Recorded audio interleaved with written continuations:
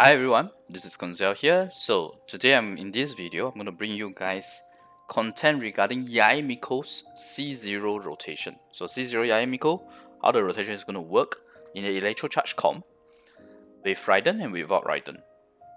Okay. Now, first off, let's look at our Yae Miko stats. You'll notice that the stats are a bit different from the previous videos where we were doing damage comparison. Because our crit damage has been reduced by about 20%, crit rate has been reduced by less than 1%, in return for an increase in our ER from 123 to 139 here. Okay, it's about 139 ER. Attack wise, we didn't lose too much, it drops about 34 attack, no sorry, 44 attack, but it's okay.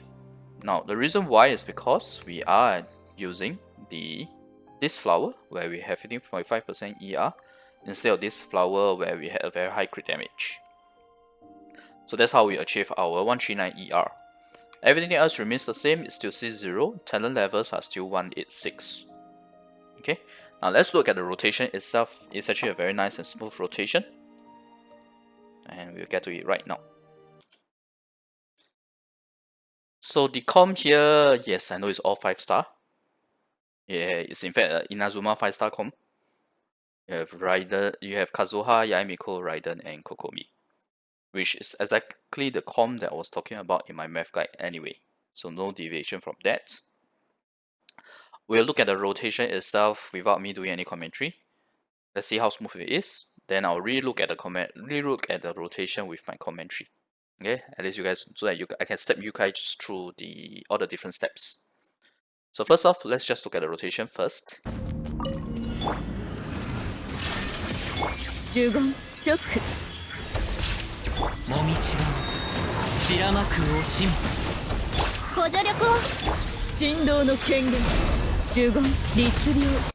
Okay, I wanted to call your attention to the burst damage, right, before I start the commentary.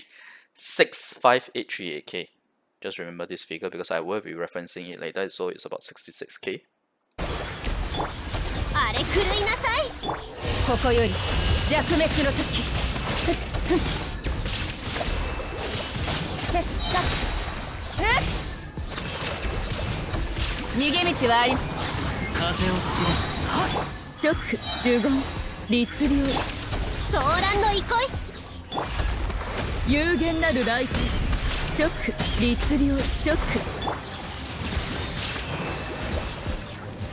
Okay, so I stopped the rotation here. I just want to say one thing. We should be using our Kazuha burst earlier, but I didn't because I know that boss is going to the second phase. Okay, so in this case, it's more because we know how the boss will be acting. That's why we are not using our burst yet. But otherwise, before we use our second Yae Miko Q, we should be doing our Kazuha burst. In fact, when we did our elemental skill, Kazuha E, when we came down, we were already ready to cast the burst. And that should be what the rotation will be like. It's just that for this particular boss, we know that he's going to go into invulnerable phase, so I'm not doing it. But we did still at least use the Yae Miko burst, so that I can show you guys that the rotation is very, very smooth. We are able to repeat the cycle in a very, very smooth manner. And thanks to Raiden giving energy to everyone, so the whole team has energy. Everyone has energy ready to cast again, other than Yae Miko because we just cast it. Okay. And the other thing is, I just want to go back to the point where our burst is ready. So our burst was ready right now with 32 seconds remaining. Okay, with 32 seconds remaining, sorry, 32 seconds passed. With 32 seconds into the abyss, our second burst is ready here. Now let's look at the entire rotation. I'll call out again when the first burst is used. And I'll add commentary on the steps as well.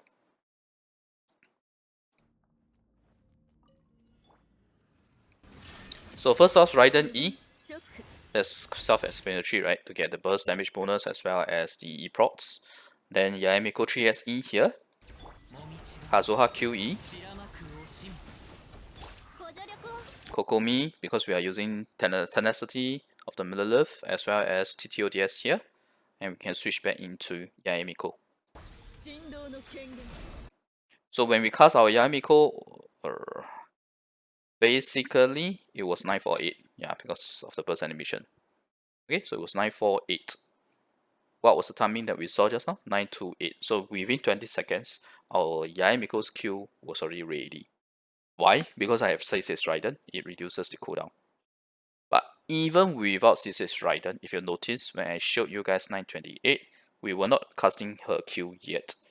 We were still setting up to have to, we still needed to switch into Kokomi and then back to Yae Miko to get the TTODS buff. And by then, it's actually a perfect 22 seconds as per the rotation that I've shared in my math guide. So you don't need CC's Raiden, okay? You don't need CC's Raiden. You'll still achieve 100% uptime without CC's Raiden here. That's what I'm trying to tell you. Alright. Kokomi Q to refresh the jellyfish. Raiden burst now. Is always 2 M4C plus 1 M1C. Okay? For the maximum damage and energy restoration. Go back to Raiden E, Kazuha E. This is the portion where I say Kazuha's Q was actually ready. We could have used Kazuha's Q, but I know that his second phase is coming. That's why I'm not using it. But I still want to use her burst because, you know, she's a brand new character.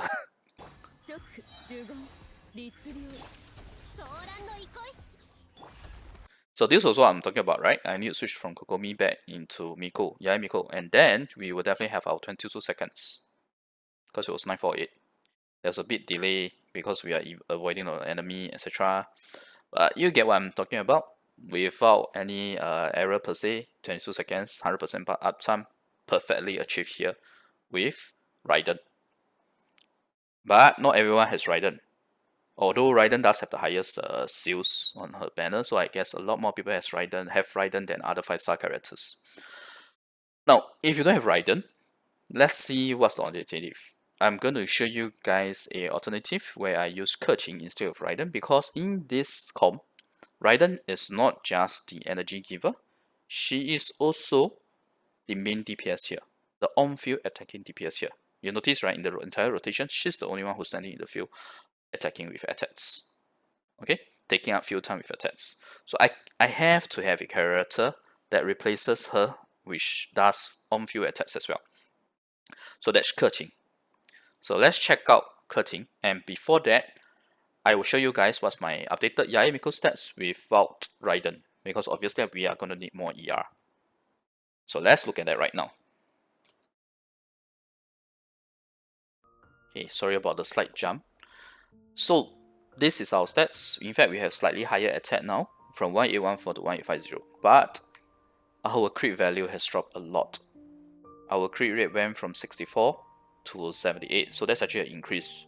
Overall crit value is something like a 28 increase, but our crit damage has dropped significantly. It's dropped from 243, if I'm not wrong, to 186. So it's almost 60% damage drop. 60% crit damage drop in return for additional 14 CR. But this is because of the artifacts that I have, and also because something's got to give. If you're getting higher ER, either your crit rate or crit damage has to drop, or your attack percentage has to drop, or your attack has to drop. Okay, it's quite simple. So basically we have lower CV now, lower crit value now, but we have higher ER, and the ER is 174. Let's see 174 ER is enough with a comp with Keqing. So let's check out the comp, and I will point you guys to the damage as well. The burst damage for comparison.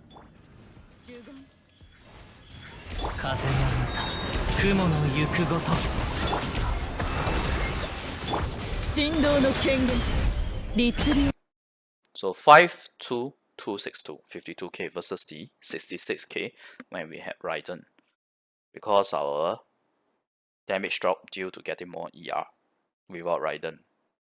But is 174 ER even enough? Let's see.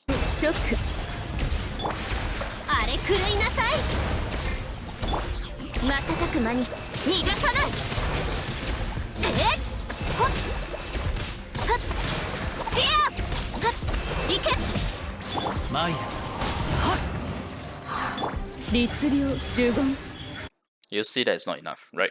That's quite a significant way to go.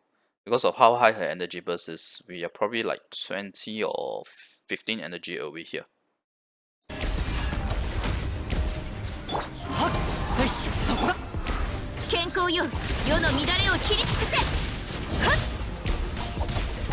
It's a good thing that Keqing's burst gets ready real fast, so at least there is some DPS ongoing. It's just that we can't fully utilize Yae Miko.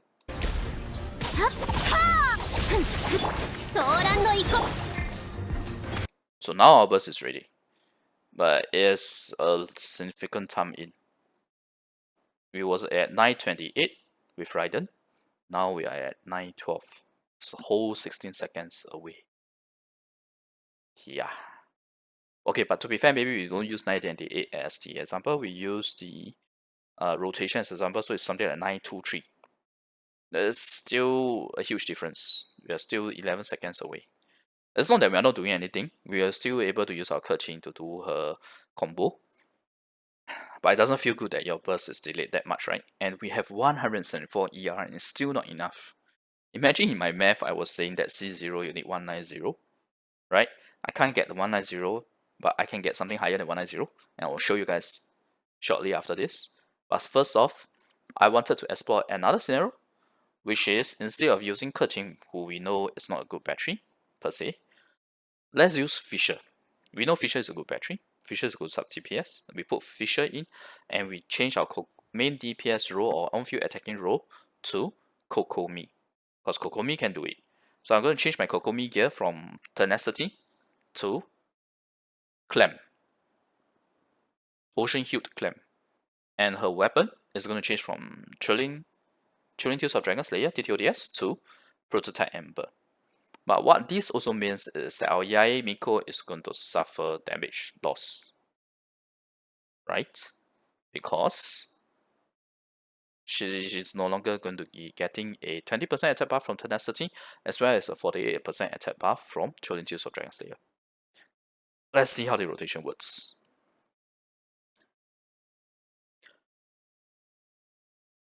No change to my Yae Miko stats, by the way.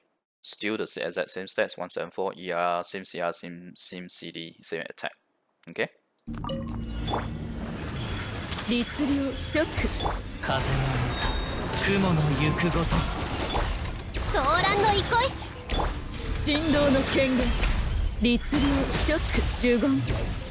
So it's 40541. We have dropped from 552k to 40541. Okay, 52 to 40541, which is 52 to 41k. So we have dropped from 66k to 52k to 41k here.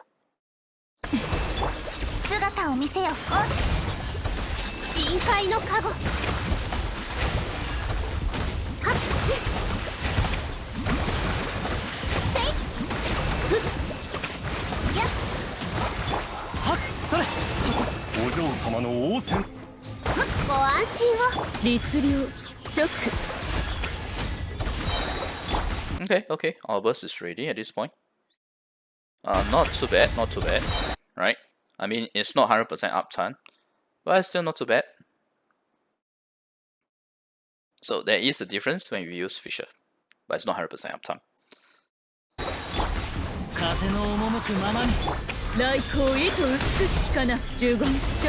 The rest of them almost have their energy ready as well. It's just not as smooth as Raiden. There is some delay, if you want to be able to use all their bursts in a row. Okay. Anyway, we reached the second phase of the boss already. So effectively, 147 ER with Fischl is slightly better in terms of the rotation. But you do sacrifice damage because we went from 66k down to 52k down to 41k. So 52k was with Keqing, 41k is with Fischl. Because the main difference is we are losing our Kokomi's buff. Kokomi has changed from a support to main DPS. The change from 52 to 41k.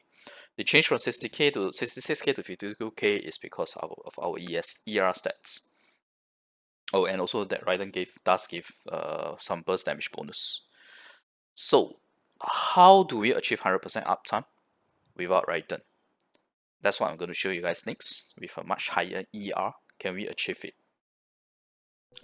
So this is my updated Yae Miko stats, and you'll see that her attack is now very low. It's 1.56k. Crit rate, crit damage is actually the same because I managed to have a piece where the crit rate is the same. The main difference here is now our ER is 213%. 213. And this 213 ER is because we changed to a ER sense, from attack sense to ER sense. Yes, with 174 ER, I wasn't using a ER sense. We were having ER rows on our ER stats on our sub rows. But now we will have to take ER sense. In fact, my attack will be even lower if not for the fact that my ER sense has decent attack percent rules. Okay, so now with 213% ER, can we achieve 100% uptime?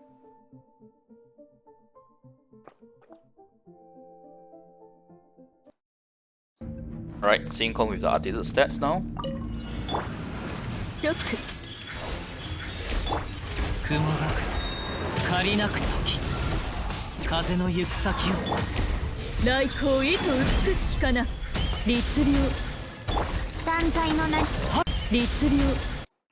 Three 6556, so it's 37k. It dropped from 41k to 37k because of my Yae Miko stats herself dropping this time around. This time around is because of Yae Miko, change in Yae Miko stats. The 52 to 41k was the change from Kokomi not providing 68% attack bonus in total to now Yae Miko suffering attack loss because of using ER sense to get 213% ER. Now let's see.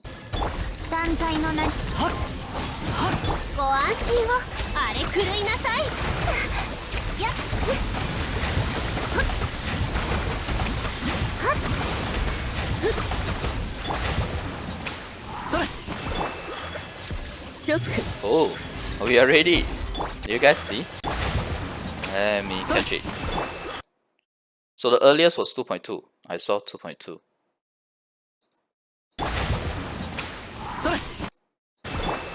Yeah, 2.2. Okay, I'm not going to do it. I'm not going to switch until I find the 2.2.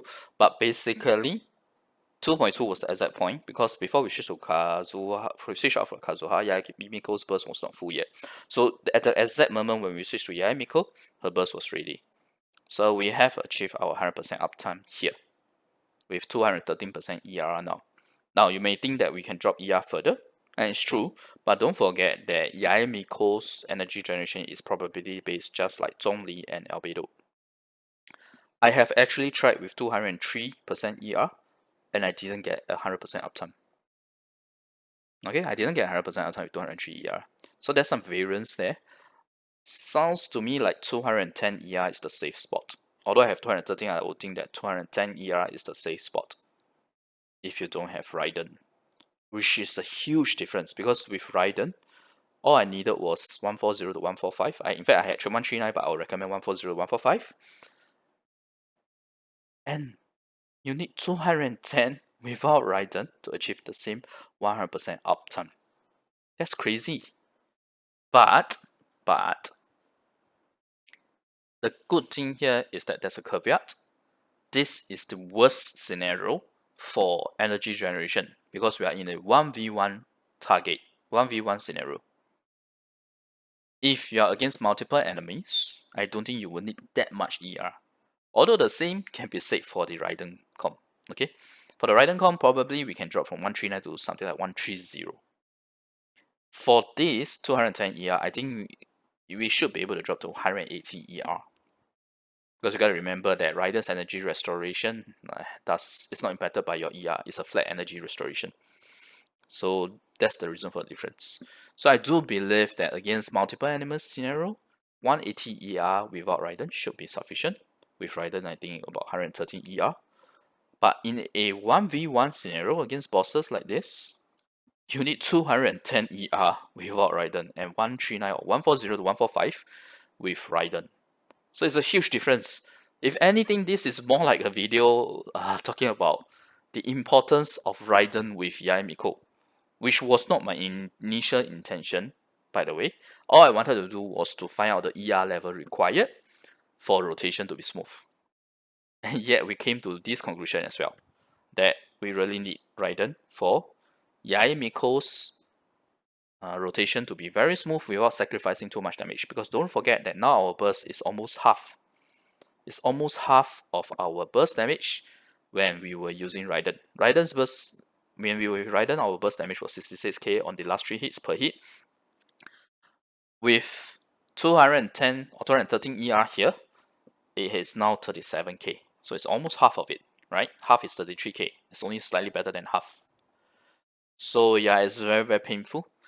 So I hope people who love Yae Miko, you are using Yae Miko. I do hope that you have Raiden and you are using Raiden with her. That's the conclusion that I come to after this rotation video. But at the same time, this rotation video, I hope that it helps to show you guys how best to execute a smooth rotation and what is the ER level required with or without Raiden. Okay, so anyway, just a few more points. I did try with Traveler as well, Electro Traveler. It wasn't a good result too. It was more or less the same as with Fischl, because of how how should I put it, how the energy particle generation is working. We have a probability base here. Okay, Yae Miko's. So what other conclusions? Yeah, so that's the gist of it. The main thing I wanted to bring up was that I also tried Electro Traveler. It wasn't that good. I also tried high ER, this amount of high ER with Keqing. Still not achievable, the 100% uptime. So the best result was with Fischl like this. With 213 ER, we achieve our 100% uptime. Slightly better than 100% uptime actually. But yeah. So I hope this video has been helpful to you guys. And I do really do hope that if you have Yae Miko, especially C0 Yae Miko, I hope that you have Raiden.